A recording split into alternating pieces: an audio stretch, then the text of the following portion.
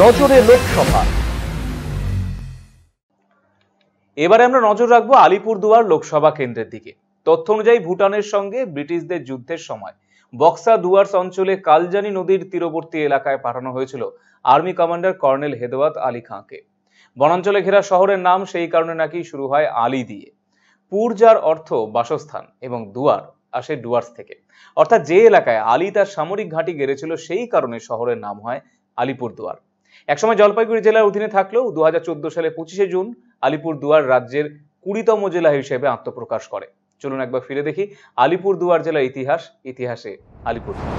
আলিপুরদুয়ার একসময় কোচ রাজ্যের অন্তর্ভুক্ত ছিল, যে শহরের নামের উৎপত্তি হয়েছিল 1865 খ্রিস্টাব্দে ব্রিটিশ ইস্ট ইন্ডিয়া কোম্পানির সঙ্গে ভুটান রাজ্যের যুদ্ধের সময়। ইতিহাসের পাতায় পাওয়া তথ্য অনুসারে ভুটানের সঙ্গে ব্রিটিশদের যুদ্ধের সময় বক্সা ডুয়ার্স অঞ্চলে কালজানি নদীর তীরবর্তী এলাকায় যুদ্ধের কারণে ক্যাম্প তৈরি করে থাকার জন্য আর্মি কমান্ডার হিসেবে পাঠানো হয়েছিল কর্নেল হেদাওয়াত আলী খানকে। সে সময় কর্নেল হেদাওয়াত আলীর হাত ধরে এই এলাকায় গড়ে উঠেছিল চা বাগান। স্থাপনা করা হয়েছিল রেল লাইন, যা এই শহরের যোগাযোগ ব্যবস্থার উন্নয়ন ঘটিয়েছিল। বনাঞ্চলে ঘেরা শহরের নাম সেই কারণে শুরু হয় আলী দিয়ে। পুর যার অর্থ বাসস্থান এবং দুয়ার যা আসে ডুয়ার্স থেকে, অর্থাৎ যে এলাকায় আলী তার সামরিক ঘাঁটি গেড়েছিল সেই কারণে শহরের নাম হয় আলিপুরদুয়ার। একসময় জলপাইগুড়ি জেলার অধীনে থাকলেও 2014 সালের 25শে জুন আলিপুরদুয়ার রাজ্যের 20তম জেলা হিসেবে আত্মপ্রকাশ করে। ভৌগোলিকভাবে আলিপুরদুয়ার জেলার পূর্বে রয়েছে আসাম, পশ্চিমে জলপাইগুড়ি,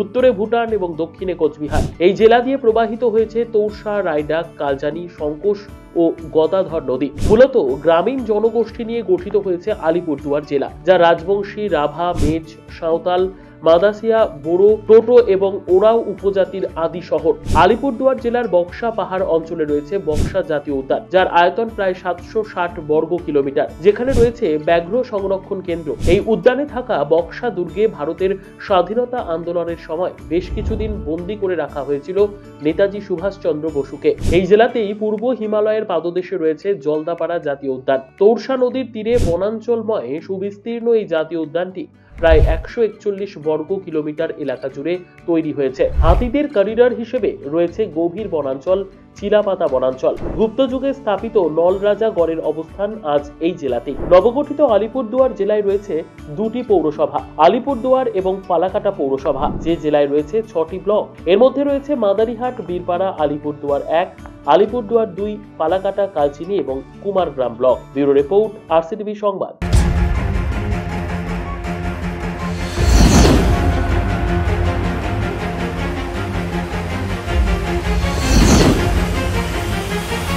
নজরে লোকসভা।